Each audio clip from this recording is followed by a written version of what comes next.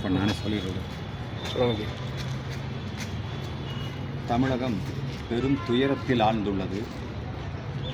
கரூரிலே Joseph Vijay அவர்களின் தமிழக வெற்றிக் கழகம் அவர்களுடைய மக்கள் சந்திப்பு நிகழ்ச்சியிலே 40க்கும் மேற்பட்டோர் பலியாகி உள்ளது நம்முடைய இந்திய அரசியல் வரலாற்றில் நிகழாத ஒரு துக்ககரமான சம்பவம்.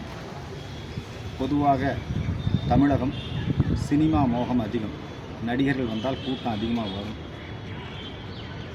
இதில் யாரை குறை சொல்கிறது? நம்ம யாரையும் குறை சொல்ல விரும்பலை. மக்கள் கை குழந்தைகளோடு அந்த கூட்டத்துக்கு போயிருக்கிறாங்க. இறந்து போனதில் 9 பேர் குழந்தைகள், 16க்கும் மேற்பட்ட பெண்கள்.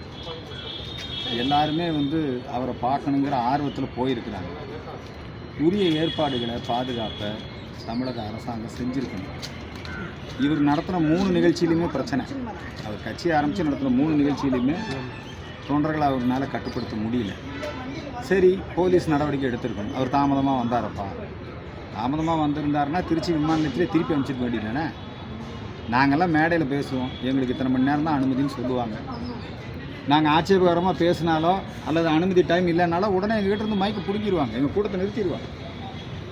காவல்துறைக்கு நடவடிக்கை எடுக்க அதிகாரம் இருக்குது. இப்போது 3 கேள்வி. இதுக்கு யார் காரணம்? ஒன்று, இந்த அரசாங்கத்தினுடைய தோல்வியை காட்டுது. 2வது, ஜோசப் விஜய்க்கு கட்சி நடத்த தெரியாது.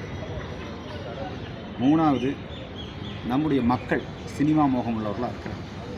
இதை இப்போ இருக்கிற இந்த அருணா ஜெகதீசன் ஆணையம் அதை விசாரிக்கிறதுனால ஒரு உண்மையும் வெளிவர போகிறதில்லை. இதை சிபிஐ தான் விசாரிக்கணும். இந்து மக்கள் கட்சி சார்பில் தமிழகம் முழுக்க நாங்கள் சிபிஐ விசாரணை கோரி அரசாங்கத்தையும் நீதிமன்றத்தையும் அணுக இருக்கிறோம். 40 பேர் இறந்துட்டாங்க, அவங்களுக்கு நிவாரணம் கொடுக்குறாங்க. இனிமேல் இப்படி நடக்கக்கூடாது. பலியாகிறது பூரா யார்? இந்துக்கள் தான். கள்ளச்சாராயம் குடிச்சு பலியாகிறது யார்? இந்துக்கள் தான் பலியாகிறது. இந்த இந்துக்களுக்கு சினிமா மோகம், இந்த சாராயம், போதை, இதிலிருந்து இந்து இளைஞர்களை விடுவிக்கணும்.